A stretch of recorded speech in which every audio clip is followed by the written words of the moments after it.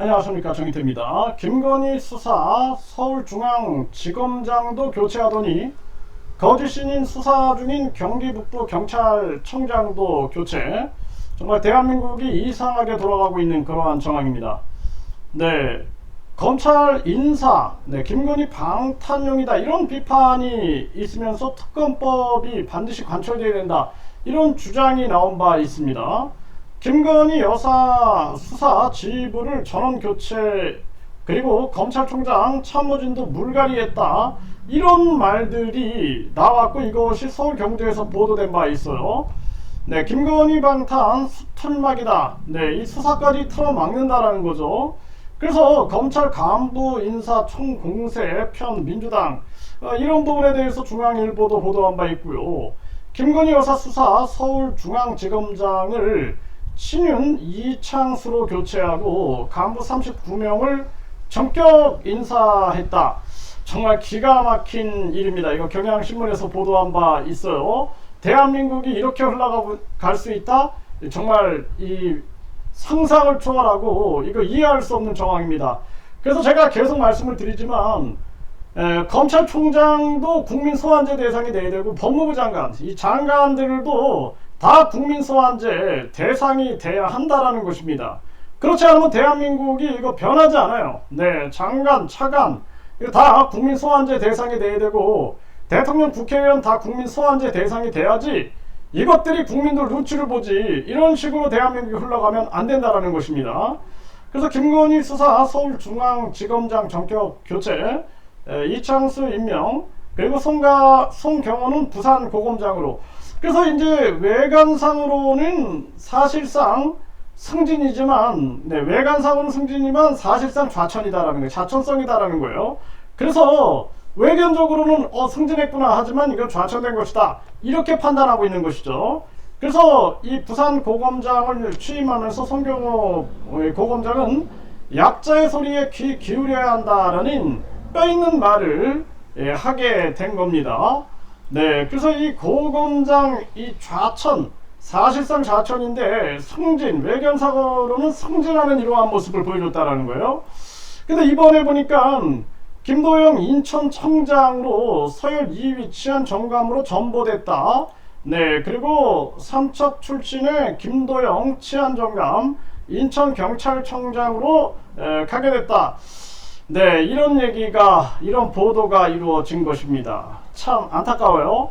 그리고 뭐 삼척 출신 누가 영향력을 행사했을까라는 생각 또한 안 할 수가 없고, 그리고 이 거짓 신인 같은 경우에는 뭐 자기 급식, 자기가 무료 급식을 한다라고 떠들어대고 있지만, 요즘에도 보면은 유튜브에서 나옵니다. 뭐 레벨이 올라가기 위해서는 ARS를 눌러야 한다. 그게 뭐냐면 ARS를 한번 누르면 돈이 얼마가 이체가 돼가지고 그거 무료급식 비용으로 사용한다는 거예요. 사실상 본인의 사비가 아니죠, 자비가 아니죠. 네, 그럼에도 뻔뻔하게 내 자비다라고 떠들어대고 있는 게 저자의 모습이고, 이 많은 반사회적인 종교들이 봉사를 하는 척을 합니다. 그런데 실질적으로 봉사하는 사람을 보면 누구예요? 결국에 신도들이에요. 신도의 돈, 그리고 신도들이 희생하고 있는 모습을 보고 영광은 자기 혼자 가져가는 그런 행태를 보이고 있는 것이죠. 참 안타까운 일이에요. 그래서 이 김건희 수사 서울중앙지검장도 교체하더니 이 거짓신인 수사 중인 경기북부 경찰청장도 교체된다? 네, 외견사고는 승진인데 그런데 교체다? 이게 도대체 무슨 일이 일어나고 있는 것일까요? 도대체 참 대한민국 이래도 되는 것입니까? 경기북부 경찰청장이 압수수색, 거짓 시즌에 대한 압수수색이 약 70일 전에 이루어졌어요. 그때 소환이 불가피하다라고 떠들어놓고 그래놓고 이제 전보가 된다? 참 기가 막힌 일이 아닐 수가 없습니다. 이거 대한민국 언론이 계속 이 문제를 추적해 나가야 돼요. 저희들이 입수된 많은 녹취록을 전달한 바 있습니다. 거기 보면은 뭐 이 거짓인 핵심 참모가 정치인들하고 막 통화하는 내용들, 그리고 뭐 정치인들에게 덥석덥석 전화를 거는 그러한 모습들, 자기를 과시하는 거죠. 그리고 정치인과 찍은 사진들을 보내면서 자기를 아주 자랑하고 있는 그러한 모습들, 또는 심지어는 뭐 조폭 관련이 있는 그러한 자들하고도 덥석덥석 전화하고 이러한 모습들, 이런 자료들이 다 전달이 됐습니다. 언론은 눈치를 보지 말고 이거 다 방송해버려야 된다, 저는 그렇게 생각을 하고, 뭐 경찰 과장이 많이 도와줬뿐만 아니라 경찰서장이 뭐 90도가 어쩌고 이런 녹취록, 그거 왜 안 터뜨리는 거예요 그거 도대체? 그거 터뜨려야 된다는 것입니다. 뿐만 아니라 뭐 경찰서장이 90도로 그것도 그 위에 무슨 뭐 경찰 보위자의 영향력인 것처럼 막 떠들어대는 그러한 모습이 나오는데, 이러한 부분들 언론이 침묵한 문제가 아니다, 저는 그렇게 보게 됩니다. 이거 정말 대한민국의 심각한 문제에 봉착이 됐다, 저는 그렇게 생각을 하고, 이게 뭐냐면 소수가 권력을 잡는 거예요. 대통령 권력을 잡고 그 영부인도 권력을 휘두르고, 그리고 그 세력들이 권력을 잡는 겁니다. 거기에 이제 그 당들이 움직이고 있고, 국민은 세금 걷어가지고 정당 보조금, 선거 보조금, 선거 보조금 해가지고 거의 1조에 가까운 돈들을 계속 세금으로 처먹이고 있는 거예요, 우리 국민들. 국민들이 문제예요, 국민들이 정신 못 차리고 맨날 윤석열 만세, 이재명 만세, 조국 만세, 김건희 만세 이러고 있으니까 저들이 국민들을 어떻게 보겠냐는 거예요. 국민들을 저것들은 우리가 그냥 뭐 사법 리스크가 있든 말든 그냥 무조건 만세 찬양 부르는 뭐 같은 자들이구나, 이렇게 생각하면 우리 국민들을 어떻게 보냐라는 것입니다. 그래서 내가 항상 얘기하잖아요. 거대 양당이 이 나라를 쥐고 흔들고 있는 것이다. 대한민국 주권은 국민에게 없다, 속지 말아라, 항상 말씀을 드리는 거 아닙니까? 국민들이 정신 차리고 대통령, 국회의원 국민소환제, 경찰청장, 검찰총장 국민소환제, 그리고 지역 경찰청장, 경찰서장 주민소환제 외쳐야 되고, 그리고 국민들이 이제는 유권자 일정수가 동의하면 국민투표에 붙이자, 정당보조금 폐지, 이거 국민투표에 붙이자라는 거예요. 이거 반대할 사람 있으세요? 없을 거란 말이에요. 정당에 관련된 자들만 반대할 것이다라는 거예요. 이거 반드시 해야 된다. 선거보조금 폐지하자, 이거 반대할 국민이 있겠습니까? 이거 폐지하자라는 거예요. 국민투표에 붙이자라는 거예요. 선거보조금, 왜 대통령 선거 1천억, 국회의원 선거 1천억, 그리고 지방선거 약 5천억을, 이것을 약 3천억을 이것을 왜 주냐라는 거예요. 왜 이들에게 왜 주냐라는 거예요. 이거 폐지하자는 거예요. 이거 폐지해서 이거 국민투표에 붙이지 않으면 폐지 못합니다. 국회의원 보좌진도 2명 정도로 일단 줄이자 해가지고 이거 국민투표에 붙여가지고 없애버리고, 그 다음에 지방선거 없애버려야 되는 거예요. 이거 지방선거, 뭔 놈의 지방선거, 지방의원이 필요하고 지역구 국회의원들도 있고 비례대표 국회의원들 넘쳐나는데 뭐가 필요하냐는 거예요. 이거 다 없애버려야 된다. 이거 국민투표에 붙이지 않으면 안 돼요.